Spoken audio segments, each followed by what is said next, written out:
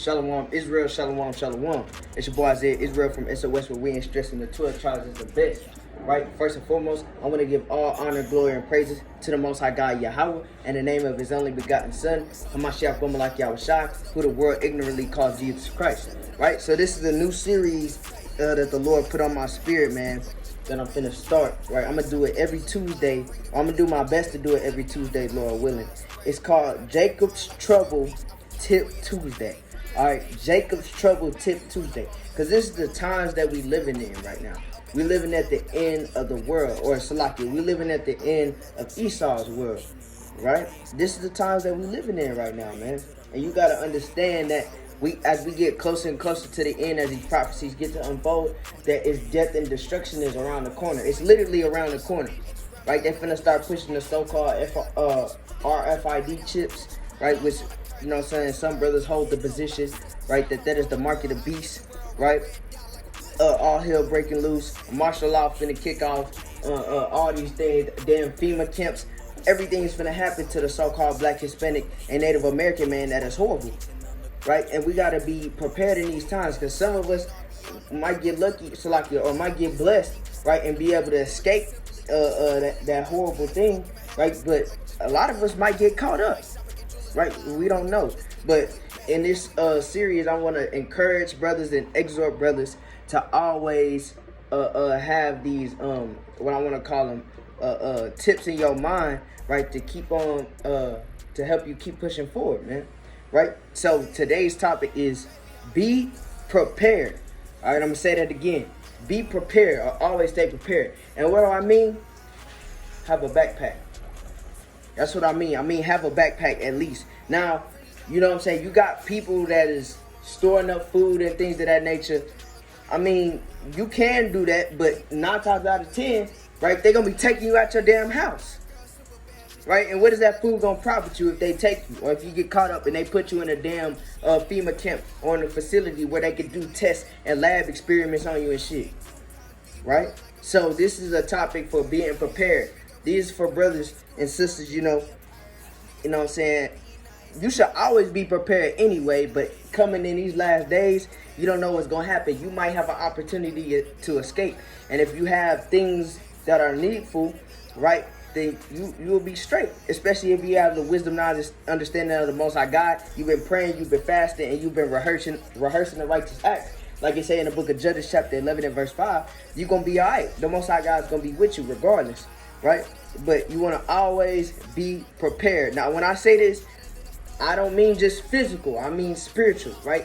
Because according to Job 11 and 6, the secrets of wisdom are double to that which is. So we're going to go through a couple of scriptures and a couple of precepts, right, to bring this out in ways that you can stay prepared in this walk in these last days, right?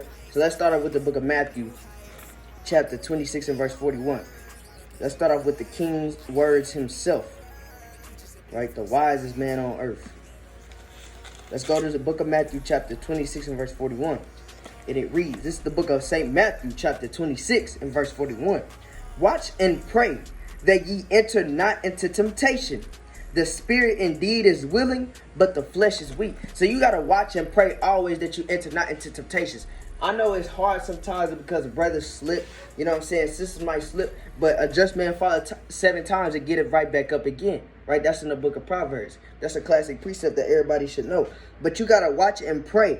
You got to watch and pray for the lust that Babylon promotes in this wicked captivity, man. You got to watch and pray what they showing. And you got to watch and observe and pray against what they showing you on the damn television.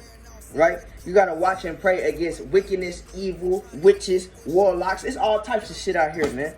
But you got to watch and pray from that thing, man. You got to be always watching. Right? So you got to make sure that you're watching and praying. Watch the news.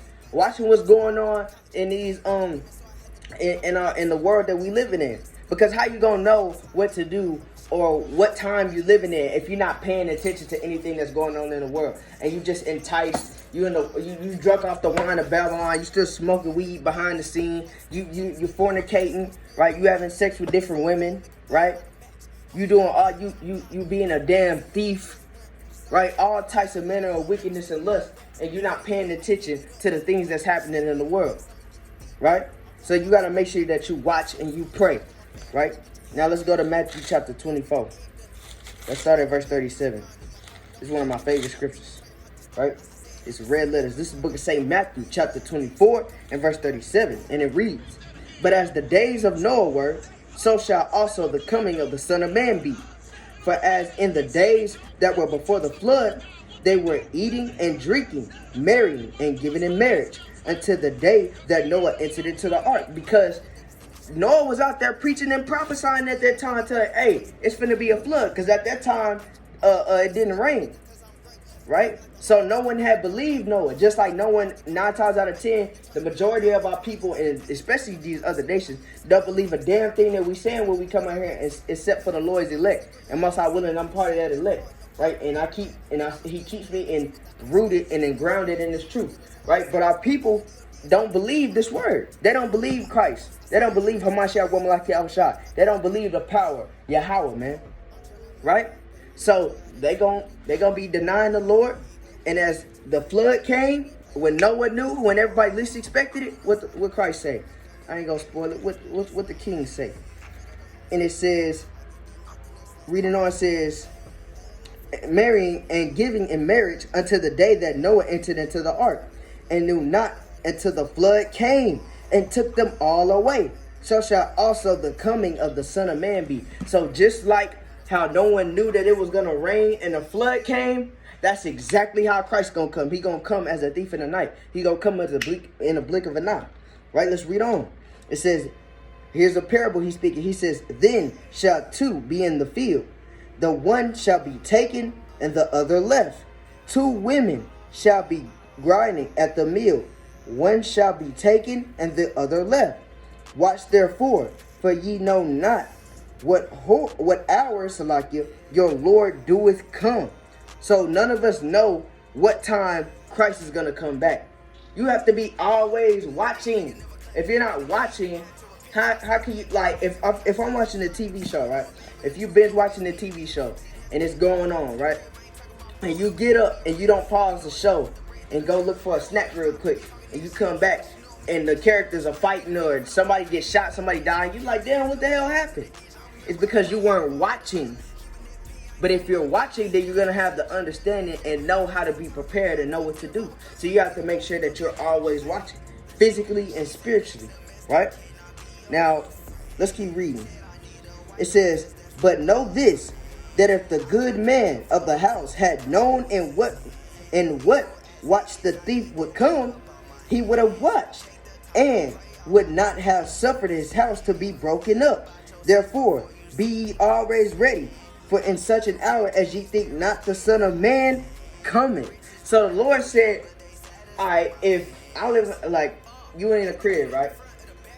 What happens when a thief comes? He come when you least expect it. Now, if you know a thief is coming for you or coming to break into your shit, you're going to be, yeah, I got stuff for this nigga right here. I got stuff for this motherfucker. You're going to be ready. You're going to have your strap on you. You're going to have that thing with you. You're going to be looking out the window. Yup. I'm waiting on his ass. If it's more than one man in the house, right? Or, you know what I'm saying? If it's more than one person in the house, y'all might all surround the house. Waiting. He coming. That's how we should be in this walk. So if we understand and go through the prophecies, right, and stay rooted in this truth, and understand that what? We got to be always watching, then we going to be, oh, okay, scripture said this. All right, this thing came to pass. Oh, okay, we getting close. That's how you got to be in this walk, right? Let's move on to the next precept. Let's go to a classic. Let's go to the book of Romans chapter 13, verse 11. Right? And these tips ain't going to be too long, right? But I hope y'all tap in every Tuesday, Lord willing. Right? This is the book of Romans, chapter 13, and verse 11, and it reads, "And that knowing the time, that now it is high time to awake out of sleep, for now is our salvation nearer than when we believe." Because now it's high time to wake up, Israel. You so-called Black, Hispanic, Native American, and Seminole Indian man, woman, and child. It's time for you to wake up. Right? Now is the time. Paul wrote this epistle thousands of years ago, and he said now is the time, right? And when you read the book of 2nd Esdras, it talk about how I don't want to misquote it, but basically, Esdras, I'm roughly paraphrasing. Esdras talk about how even in that time, it was a small time before the Son of Man was going to come. So what? How much more this time? And we literally living in the last days. Race wars finna kick off, famine, death, and destruction. You see our people still getting shot and killed in the street more and more and more. Babies, damn Edomites running up in schools, shooting Issachar babies up.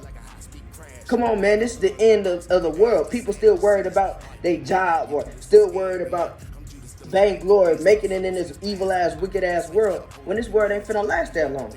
So you got to be always ready and watching and praying and knowing that now is the time that you have to wake up. So you got to repent, right? And set your household in order. Let me get that real quick through the Spirit.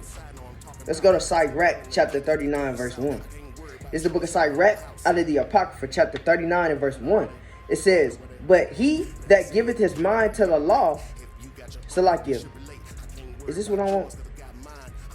Salakia. Let's go to 29. I believe that's what I want. Salakia. Let's go back to 39. Salakia. It says, but he that giveth his mind to the law of the Most High and is occupied in meditation thereof. You see that? Occupied in meditation. How do you meditate? You do reading these laws, statutes, and commandments. What the hell is that? Right? Through reading these laws, statutes, and commandments and studying and reading it day and night. It tell you that in Joshua 1 and 8. Right? It tell you that in the book of Psalms, the first chapter, verse 1 on down to 3. Right? It tells you, we reading it right now in Sirach. So that's 3 accounts. Right? In Sirach 39 verse 1 on down. Right? It says, and is occupied in meditation thereof, will seek out the wisdom of all the ancient and be occupied in prophecy. So you got to be occupied in prophecy. The things that Isaiah said that was going to come to pass, you got to be reading that. The things that Ezekiel said that was going to come to pass, you got to be reading that. The things that our beloved brother Jeremiah said that was going to come to pass in Jeremiah 30 verse 6 to 8, he talks about Jacob's trouble. So we got to be reading that because this is the times that we living in. We're not living in the days of Abraham. We're not living in the days of Joseph. Not living in the days of hell, Ashak, Meshach, and Abednego. We living in the times of right now when Babylon is going to be destroyed. Right? So we got to be making sure that we steadfast and we meditating and we occupied in prophecy and occupied in these scriptures. Right? Let's go to the next precept. Let's go to the book of Proverbs chapter 22 and verse 3. Right? I just got a couple precepts written down through the Spirit. Right? Proverbs chapter 22 and verse 3. It reads thus and so. It says, a prudent man foreseeth the evil. What does prudent mean? Having aware or care of the future. So you have to be prudent in this walk. You can't just stay stagnant. That's that's the problem with a lot of our people. We get in this truth and then they start being stagnant in this shit. You can't be stagnant, nigga. You gotta keep growing. You gotta keep elevating in the spirit, right? You gotta always make sure that you're improving yourself. There's always work for improvement. That's why I'm trying to build myself up, right? Spiritually, mentally, and physically, right? As a man of the Most High God. Right? So you always got to be prudent. It says a prudent man foreseeth the evil. So a prudent man will read this Bible because the Bible tells you the future. This is the only book that tells you the future. Right? This is the book that's going to tell you what's going to happen. So if I'm a prudent man or if I'm a prudent woman, I'm going to look through these prophecies and I'm going to, oh shoot, that already, okay, this thing came to pass. Oh, this going to happen next. That's how you got to be in this walk. Right? Let's read on. It says, and hideth himself. But the simple pass on and are punished. So a simple man, right, that don't got no care, that's not paying attention to the prophecies, that's not looking, right, about what's about to happen in so-called America, the United Snakes of America, they gonna get punished. They gonna be caught up in madness and folly. They gonna be caught up in the destruction. They gonna be caught up in the whirlwind of transgression. So you got to make sure that you hold it steadfast and you being a prudent man and woman of the Lord and watching and always praying to see what evil that Satan is, the spiritual demon Satan is going to bring. Right? So let's read on. Let's go to Proverbs chapter 6. Same book, right? This is the book of Proverbs, the words of wisdom, chapter 6, starting in verse 6. It says, go to the ant, thou sluggard. Consider her ways and be wise. So if you what's a sluggard? That's a slothful, lazy ass nigga, a lazy ass woman. Don't get lazy, like I just said, and stagnant in this truth. That's what a prudent man is not lazy. If he has aware and care of the future, he's going to be preparing, just like it's finna tell us how the ants do, right? It says, consider her ways and be wise, which having no guide, overseer, or ruler. So she don't got no guide. The ant, she don't got no guide and no ruler, right? It says, provided her meat in the summer and gather her food in the harvest. How long wilt thou sleep, O sluggard? Wilt thou arise out of thy sleep? So the Lord said, how long you gonna stay asleep? How long you gonna keep dabbling in this world? How long you gonna be a wicked Negro and keep smoking that weed? How long you gonna be a wicked nigga and keep getting drunk, right, all the damn time, right? How long you gonna not open this Bible and read and study the prophecies in it? You gotta be like the ant. She prepares. She gathers her meat in the summer, and in the winter she gathers her harvest, right? That's how we gotta be, right? Reading on, verse 10, it said, yet a little sleep, a little slumber, a little folding of the hands to sleep, so shall thy poverty come as one that travaileth, so like it traveleth, and thy want as an armed man. Because it says, look, so shall thy poverty come. If the Lord said a little sleep. So if you just doze off or go off a little bit, that could affect you critically, right? So you got to be making sure that you held steadfast and you in this thing for the right reasons, man. Right? It says a little sleep. That's why you have to keep your heart with all diligence. Like it said in the book of Proverbs chapter 6 and verse 23. Because out of it are the issues of life. Because that wicked thought starts up here. But you got to hold them into captivity and cast it away from you. And say, no, I'm going to follow the righteous ways of the Most High God. That's how you got to be in this walk. Right? So consider the ant. Don't be a slothful, lazy nigga. Don't be a slothful, lazy nigga woman, Eve. Right? Be a prudent woman of the Lord. Be a mighty, prudent man of the Lord. And keep going and keep elevating and prepare yourself for the evils that's about to come. Spiritually and physically. Right? And when I say spiritually, right, you got your backpack. Right? We gonna get in there. I'm trying not to jump the gun. Right? Let's go to Luke chapter 22 and verse 36. Right? All praise to the Most High God. It's the book of Luke, chapter 22, and verse 36. And it reads thus and so. It says, then said he unto them, but now he that hath a purse, and when it says a purse, when you go into the Greek, it just means a bag of money, right? It says, let him take it, and likewise his scrip. And he that hath no sword, let him sell his garment and buy one. So Christ the King said out of his own mouth, sell your garments and go buy you a sword. Or get the money you have and go buy you a sword. What does a sword do? It protects you from evil. Now, you're not supposed to be just going up and wreaking havoc and doing violence. No, you use the weapon to protect yourself, right? What is that spiritual sword? Is this Bible, these law, statutes, and commandments. But what sword was he talking about? He was also talking about something physical. Did you think Peter and the apostles was walking around with unarmed? Peter chopped the nigga ear off for getting close to Christ. What you think that we supposed to do? We supposed to be mighty men of valor.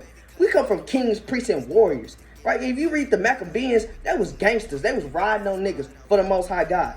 Right? They was riding on these Edomites, these damn heathens for the Most High God. You think these damn Christians want to make us so effeminate and soft? Sometimes our own women want us to be effeminate and soft. We mighty men of the Lord. So you got to be that thing. Right? So when the Lord says, sell your garments and buy your sword, what's the sword in this time? It's a strap, for lack of a better term. It's that thing. Right? Jake, you might have to go and get you one. Not to cause, wreak havoc, and do evil, but for the times that you might need it to protect yourself. Right? Because niggas ain't fighting no more. Now, I still get up with a nigga. It done been a couple times at camp. You know what I'm saying? Spirits done got out of line with the mighty men of the Lord. Right? But you got to be always praying and watching and be steadfast. Right? So, hey, Christ said out his own mouth, sell your garments and buy your sword. And you keep that in your backpack. Right? You keep that in your backpack for protection. Right? That's it. Hey, you don't see the disciples running around, going into synagogues and busting their shit up and just doing it just for fun. No, you have it for protection. Now let's get some understanding on that. Let's go to the book of 2 Corinthians chapter 10 and verse 4. Right? Let's get some understanding. The book of 2 Corinthians chapter 10 and verse 4.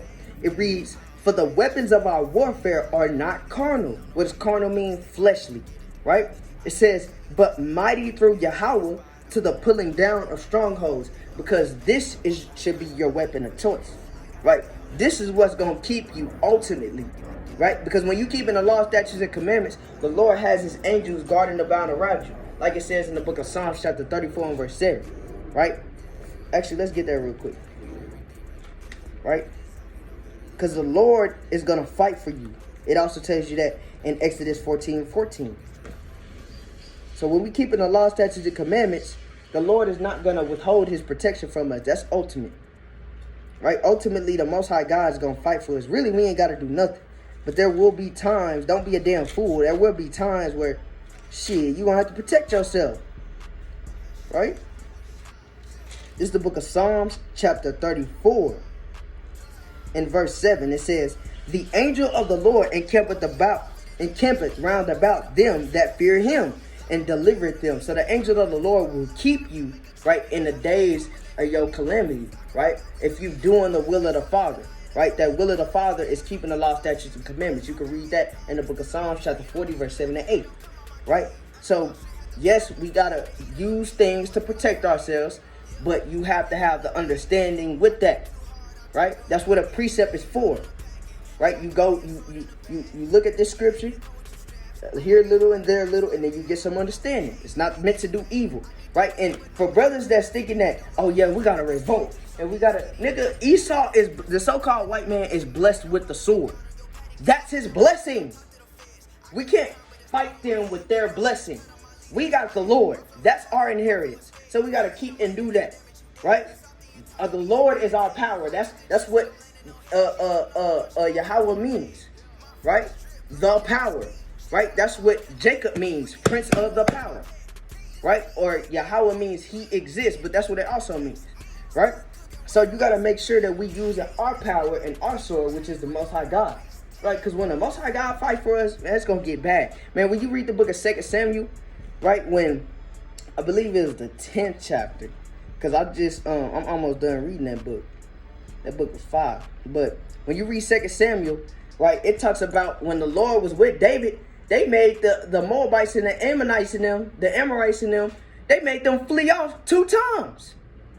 So they put their ass to flight. We put their ass to flight 2 times. So what you think that the Most High God would do for you, right? In the time that you need him, if you're doing his will. The Lord gonna be there for you, man. So you got to keep these law, statutes, and commandments. That's how you spiritually be prepared, right? So you got to be physically prepared and spiritually prepared. Let me get 2 more precepts and I'm going to wrap up, right? Let's go. I really wanted to get another precept just to bring this out. Salaki, y'all. Let me bring out this precept talking about the Lord's inheritance, right? This is the book of the prophet Jeremiah, chapter 10 and verse 16. The portion of Jacob is not like them, because our portion is not like these other nations. What these other nations have been doing to us for 500 plus years, using the damn sword on us, persecuting us, rape, robbing, murdering us by force of the sword. Ultimately Esau, right? But our inheritance, right? Our lot is not like theirs. What is it like? It says, for he is the former of all things, talking about the Most High God. It says, and Israel is the rod of his inheritance. The Lord of hosts is his name. So we are the Lord's inheritance, and he is our inheritance. We belong to him. He belongs to us. So he's going to protect and fight for us when we're doing the right thing. Because that's what happens every time we disobey him, we go into captivity. That's why every time we fall into sin, we disobey him, he start jacking us up. He start whooping our ass. Like, that's why we in this captivity now. Because we wasn't doing the things that we were supposed to do. Our forefathers wasn't doing the things they were supposed to do aforetime. Right? So let's go ahead and get these last 2 precepts. Let's go to the book of Ezekiel, chapter 3 and verse 17. I'm going to close out. All right? Ezekiel, chapter 3 and verse 17. Right? And make sure y'all keeping this. If you're watching this, take note of it and ask the Lord to, you know what I'm saying, to implant that, right? And to mark it in your mind that you have this wisdom, knowledge, and understanding. right? It's the book of Ezekiel chapter 3 and verse 17. It says, Son of man, I have made thee a watchman unto the house of Israel. Therefore, hear the word at my mouth and give them warning from me. And this is a commandment that's, you know what I'm saying, to Ezekiel, right, that we have to look at because the scriptures are written for our learning, according to our beloved brother Paul in the book of Romans chapter 4 and verse 15, or Salakia 15 and 4, right, because 4 and 15 say something else, Salakia, right? And the Lord has made us a watchman because we are the son of the prophets, right? We are our forefathers. So we got to look at these, and then we got to, okay, this is what we got to be doing, right? So the Lord made us watchmen, so our job is to watch, right? The watchmen that were held at the gates, when you read the book of Isaiah chapter 62 and verse 6, right? They didn't hold their peace, right? They let the people know what was finna happen, right? They let the men, women, and children what was finna happen so we could protect ourselves or evacuate if need be, right? That's what a watchman does for his people and when he loves his people, right? Let's go, let's get this last precept in the book of Jeremiah, right? I want to bring this out because this is the topic, right? Out of the word of the Lord himself, right? This is the book of the prophet Jeremiah chapter 30 and verse 6. It reads thus and so. It says, Ask ye now and see whether a man do a travail with child. Wherefore do I see every man with his hands and his loins, as a woman in travail, and all faces are turned into paleness? Alas, for that day is great, so that none is like it. So the Lord said that this day that he's finna talk about is great and none is like it. Right? Let's read on. It says, Salakia, I lost my place. It says, It is even the time of Jacob's trouble, but he shall be saved out of it. And we're only going to be saved out of it if we're doing what the Most High God told us to do. Verse 8, it says, For it shall come to pass in that day, saith the Lord of hosts, that I will break his yoke from off thy neck, and will burst thy bonds, and strangers shall no more serve themselves of him, but they shall serve the Lord their God, and David their king, which is talking about Christ, because Christ is the branch that comes from David. That prophecy is being talked about in 2 Samuel chapter 7, because I don't want anybody coming on here with that damn false doctrine talking about Christ ain't the king or Christ don't exist. Y'all is going to get put to death for that shit, and that David is coming back. David is dead. Alright? Christ spoke about that in the New Testament, right? It says, And David their king, whom I will raise up unto them, right? So we got to be prepared for this day, Israel, mentally and spiritually. And furthermore, if we do get caught up in that whirlwind of destruction and death, we got to be able to die, right? The Lord said, Be faithful unto death. So we got to be ready to die for this truth. And with that, Yasha'Allah, it's your boy Isaiah Israel from SOS, where we ain't stressing the 12 trials is the best. I hope you was edified through the spirit. I'm going to try to keep doing these every Tuesday, right? Every Tuesday, Lord willing. And with that, stay girded up, have your loins girded, stay vigilant, be sober-minded, right? For you mighty women of the Lord, continue being obedient to your husbands. If you're a single sister, keep providing for your children and praying and fasting and waiting on the man of the Lord and getting this understanding. You men be mighty men of the Lord. Stop being damn effeminate, right? Stop being lazy and slothful and shit. Get up off your ass. Go work, right? Go work out, right? Read the Bible, man. Right? Read the Bible, right? And with that, come here, Charlotte.